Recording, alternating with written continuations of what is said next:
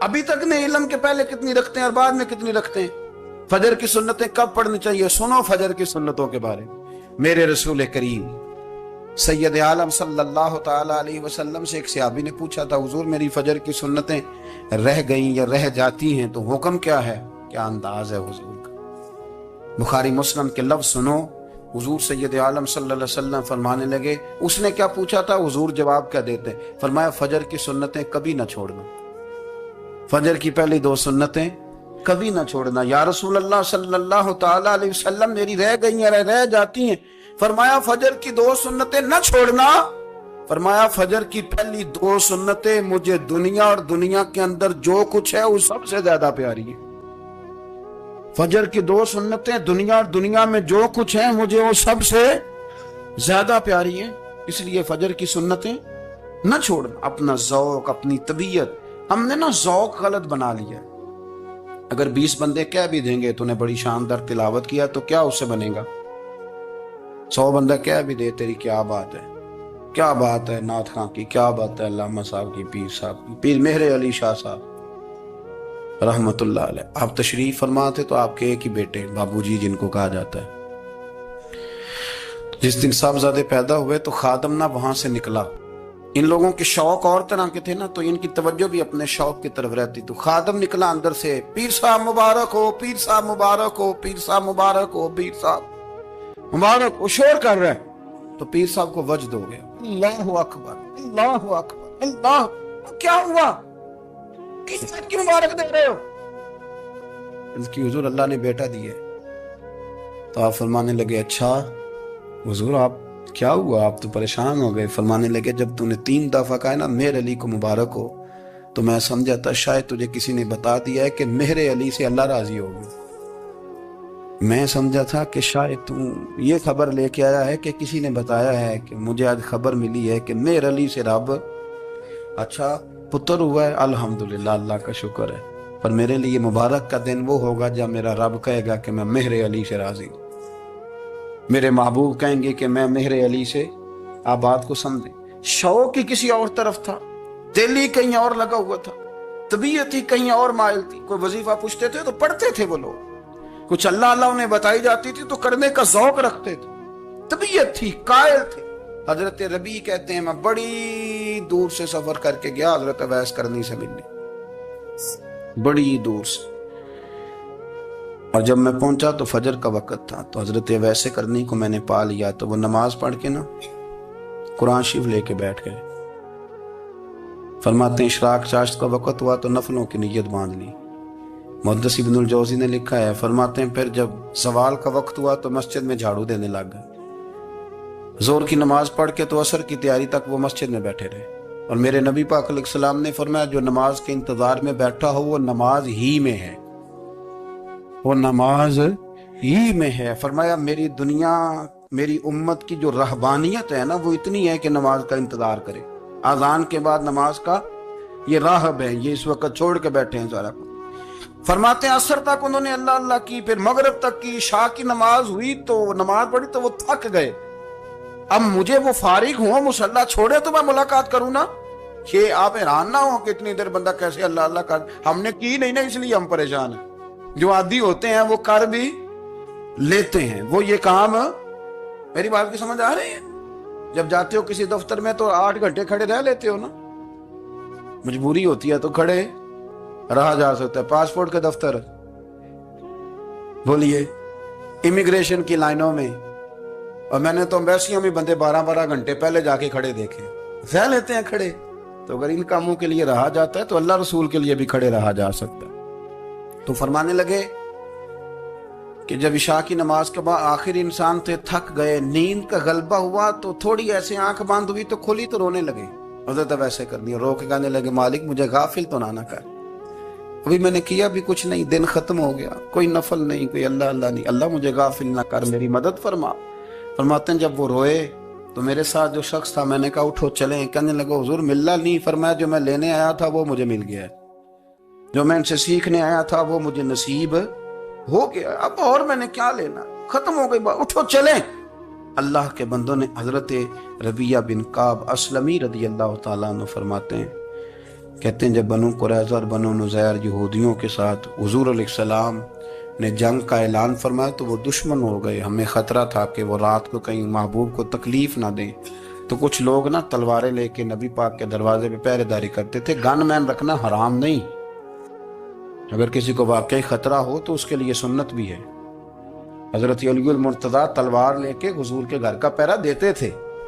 حضرت ربیعہ بن کعب اسلمی رضی اللہ تعالیٰ عنہ فرماتے ہیں کہ رات میری ڈیوٹی تھی کہ میں حضور کے گھر کا پہرا دوں گا، تو فرماتے ہیں میں باہر سن رہا تھا، ساری رات ہی میرے نبی پاک نے اللہ کی تسبیح پڑھی. ساری رات، کبھی تسبیح، کبھی تحلیل، کبھی تحمید، کبھی تکبیر، ساری رات. فرماتے ہیں ساری رات حضور پڑھتے رہے اور ساری رات ہی میں سنتا رہا. مجھے اونگ آ گئی، میری آنکھ لگ گئی، حضور ابھی پڑھ رہے تھے، میں تھک کے سو گیا. اور فرماتے ہیں جب میری آنکھ دوبارہ سے کھلی تو میرے کانوں میں پھر کوئی چیز گونجی، تو میں نے کان لگایا تو میرے حبیب ابھی بھی اللہ کو یاد کر رہے. ساری رات حضور رب کی عبادت کرتے. اسی لیے تو کہا یا ایھا المزمل قم اللیل الا قلیلا. حبیب ساری رات تو نہ جاگا کر، تھوڑا آرام بھی کر لیا کر. میرے بھائی اپنا مصلی، اپنی عبادات، اپنے وظائف، اللہ اللہ جو آپ نے کسی سے سیکھی ہے اس کو کبھی کمزور نہ ہونے دیں. شجرہ شریف جو کسی بزرگ سے آپ لے لیتے ہیں تو کیا رسم ہے کوئی؟ اس پہ کچھ لکھا ہوتا ہے، وہ پڑھنے کے لیے دیا جاتا ہے. اس پہ لکھا ہوتا ہے کہ یہ اللہ اللہ آپ نے کرنی ہے. انسان پر اگر کوئی شخص نیکی کر دیتا ہے، احسان کر دیتا ہے، تو انسان اس کے سامنے پھر گردن نہیں اٹھا سکتا. یار یہ میرے مشکل وقت کا دوست ہے، اس نے میرے ساتھ نیکی کی ہے. کبھی بھی گردن نہیں اٹھائے گا، جھکا کے رکھے گا. تو اگر عام کوئی نیکی کر دے تو اس کے سامنے انسان کبھی گردن نہیں اٹھاتا. تو جو رب ساری نعمتیں عطا فرمائے، جو کہے کہ تیری تخلیق میں نے کی، تجھ سے پہلوں کو بھی پیدا میں نے کیا، تیرے لیے زمین کا بچھونا بھی میں نے بچھایا، آسمان کی چھت بھی میں نے لگائی، تیرے لیے زمین سے ساری اناج کو، پھل کو، کھیتیوں کو نکالا بھی تیرے لیے. اب تو اس طرح کر کہ تو میری عبادت کر، تو میری بارگاہ میں جھک جا. بہت سارے نشے لوگوں کو لگے ہوئے ہوتے ہیں. ہر آدمی کوئی نہ کوئی نشہ کرتا ہے. کوئی دولت کا کرتا ہے، کوئی شہرت کا کرتا ہے، کوئی اپنی تعریف کا نشہ کرتا ہے. دو چار لوگوں سے تعریف سن کے مطمئن ہو جاتا ہے. ناراض تو نہیں ہو گیا اس جملے سے؟ آپ کرتے ہیں لوگ دولت کا نشہ بھی. یہ جب نقصان ہوتا ہے تو بندے بیمار نہیں ہو جاتے؟ پیسے ڈوب جاتے ہیں تو لوگ بیمار نہیں ہو جاتے؟ تو اس کا مطلب یہ ہوتا ہے کہ نشہ ٹوٹ گیا ہے. بہک ہوئے ہیں نا تھوڑے سے تو کانپتے ہیں، تڑپتے ہیں، پریشان. نشہ ہی اسی طرح ہی کرتا ہے نا، نہیں ملتا تو پریشان ہوتا ہے. یہ سارے نشے ہیں، مختلف قسم کا نشہ. ہم مانتے نہیں اس بات کو، تسلیم نہیں کرتے، کیونکہ تسلیم کرنا بڑا مشکل کام ہے. اس کے لیے تو بڑی ساری چیزیں جو ہے وہ دبوچ کے اور بڑی سارے رستے پھلانگ کے آنا پڑتا ہے. تو بڑا مشکل ہے ماننا، ورنہ کرتے ہیں ہم. ہمارا مزاج ہے. یہ گھومنے پھرنے کا، دنیا دیکھنے کا بھی ایک نشہ ہے. یہ بہت ساری باتیں کرنے کا بھی ایک نشہ ہے. گپ شپ کا بھی ایک نشہ ہے. دو چار لوگوں کی جب تک پگڑیاں نہ کھول لیں، بعض لوگوں کو نیند نہیں آتی. یہ غیبت کا، چغلی کا، بددیانتی کا، یہ بھی ایک نشہ ہے. اس پر ملا رومی رحمت اللہ نے بڑا کلام لکھا ہے. وہ کہتے ہیں مانگ کے کھانے کا بھی نشہ ہے. مانگ کے کھانے کا بھی نشہ ہے. وہ کہتے ہیں کہ ایک بھیک مانگنے والی خاتون تھی تو بادشاہ کے پاس بھیک مانگنے آئی تو بادشاہ کو پسند آ گئی، اس نے شادی کر لی. اب اس کو عادت تھی بھیک مانگ کے کھانے کی، تو وہ کنیزوں سے کہا کرتی تھی کہ فٹافٹ نہ روٹی لے کے آیا کرو، میں 2-3 دفعہ مانگوں تو پھر لایا کرو. کیونکہ ایک نشہ ہے نا، تو میں مانگوں 2-4 دفعہ تو پھر. تو انسان بہت سارے نشے کرتا ہے، یہ مانتا نہیں. یہ موبائل، یہ فیس بک، یہ سارے نشے ہی ہیں. اپنی فوٹو لگا لینا، سارا دن اسی کو دیکھتے رہنا. اور بڑے بڑے سیانے بندے جو وزادار ہیں، بڑے وزادار لوگ ہیں، لیکن وہ بھی سنجیدگی کے قائل نہیں، اس طرح کے نشوں کا شکار ہیں. یہ سارے نشے ہیں جو ہم نے پال لیے. ہمارے صوفیاء، ہمارے بزرگ فرماتے ہیں کہ تم اس طرح کرو، اگر سارے نشوں سے بچنا چاہتے ہو تو سجدے کا نشہ شروع کرو. سجدے کا نشہ شروع کرو. یہ نا اقبال کہتے ہیں عطار ہو، رومی ہو، رازی. آپ بات کو سمجھیں، عطار ہو، رومی ہو راضی ہو غزالی ہو کچھ ہاتھ نہیں آتا بے آہ سحر گاہی.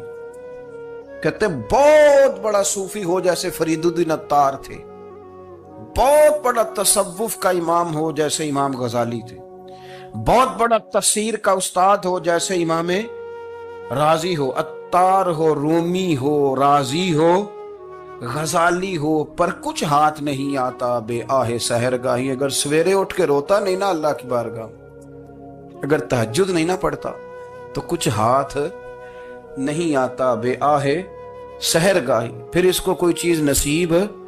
میری بات کی سمجھ آ رہی ہے آپ حضرات؟ جب تک آپ سویرے نہیں اٹھتے، آپ اللہ اللہ نہیں کرتے، آپ کو نوافل کا چسکا نہیں، عبادت کا مزہ نہیں، فرمایا میری عبادت کرو، یہ شوق پیدا کرو، میں نے تمہیں پیدا کیا ہے. ہم لوگوں کے نشے مختلف نشے، بڑا عجیب رنگ ہے. محفل کی صدارت کرنے والے بڑے پیر صاحب، بڑے القابات، بیچ میں سے بندہ تلاش کرنے سے بھی نہیں مل رہا، اتنے بڑے لقب ہیں اس کے. لیکن وہ سج سنور کے 2.5 گھنٹے بیٹھا رہا محفل میں، اور نماز کا وقت آیا تو اس نے مختصر سی پڑھی، وہ نکل گیا. ہلکے سے سجدے کیے. اتنا بڑا عشق رسول نعت کا، ہو کیا بات ہے. اور عشق رسول کا بہت بڑا پیغامبر، بہت بڑا مبلغ، اور بیچارہ سمجھ ہی نہیں سکا کہ اللہ کے رسول نے فرمایا تو نماز پڑھ میری آنکھیں ٹھنڈی ہو جائیں گی.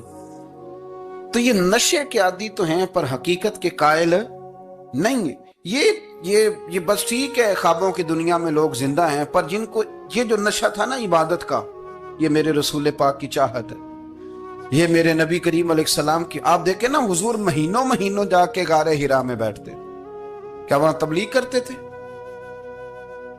کوئی کتاب لکھتے تھے؟ رسول کریم علیہ السلام مہینہ رہتے غار حرا میں. کوئی نہ مجھے دیکھے، کوئی نہ مجھے ملے. حضور یہاں کیا ہے؟ فرمایا میں اپنے رب کی عبادت کروں گا. نبی کریم علیہ السلام نے سجدوں کے ساتھ پتھروں اور پہاڑوں کو آباد کر دیا، سجدوں کے ساتھ. آپ کا سجدہ آپ کو بہت ساری چیزوں سے چھڑا لیتا ہے، یہ بہت ساری جگہوں سے جھکنے سے بچا لیتا ہے. صوفیاء اولیاء یہ کیا کرتے تھے؟ یہ سجدے کا ذوق ہی تو پیدا کرتے تھے. سجدے کا ذوق. شاہ عبد العزیز دباغ رحمت اللہ تعالی علیہ اپنے مریدوں سے فرمایا کرتے تھے کہ اگر تم پکے نمازی بن جاؤ نا، تہجد گزار ہو جاؤ، تو میرے پاس آنا جانا چھوڑ دینا. عرض کی حضور کیوں؟ فرمایا میں تمہارے اور رب رسول کے رستے میں رکاوٹ نہیں بننا چاہتا، اور میرا مقصود ہے تمہیں وہاں تک پہنچانا. جب پہنچ گئے تو پھر میری ضرورت ختم ہو گئی. ہاں کبھی وسوس آئے، شک پیدا ہو، تکلیف ہو تو آنا. بیت المقدس پر قبضہ تھا عیسائیوں کا، تو صلاح الدین بڑے پریشان تھے. بابا جی کہنے لگے پتر کیا ہوا؟ کہنے لگے حضور پتہ چلا ہے دشمن کے 2 بحری بیڑے اسلحہ لے کے آ رہے ہیں. مسلمان پہلے ہی کمزور ہیں، اور اب اگر 2 بحری بیڑے اور آ گئے تو حضور مسئلہ بن جائے گا.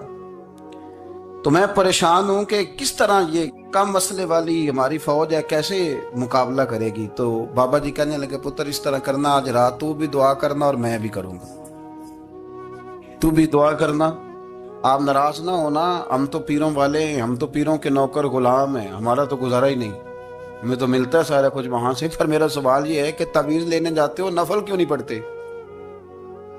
رات اللہ اللہ کیوں نہیں کرتے؟ یہ بھی تو ہمارے بزرگوں کا ہی طریقہ ہے، انہوں نے تو ہمیں سکھایا ہے. صلاح الدین ایوبی سے بزرگوں نے کہا کہ رات آج نا اللہ اللہ کرنا، تو میں تیرے لیے دعا کروں گا، تو بھی دعا کرنا. تو بندہ جب دکھی ہوتا ہے تو سجدہ کرتا ہے، تو پھر ہی تو مصلی بھیگ جاتا ہے، پھر ہی تو مزہ آتا ہے. سکھی بندہ تو کعبے جا کے نہیں روتا. دکھی تھے، تکلیف تھی، تو سر رکھا سجدے میں تو تڑپ گئے. اور وہ بابا جی کہتے ہیں میں مسجد آیا تو صلاح الدین چیخے مار کے رو رہا تھا اور کہہ رہا تھا مالک میں کوئی اپنی شان کے لیے تو نہیں نہ لڑ رہا، اللہ کو میں کوئی قبضوں کے لیے تو نہیں لڑ رہا، مالک تیرے لیے لڑ رہا ہوں، مجھے بے آبرو نہ کرنا، میری مدد فرمانا.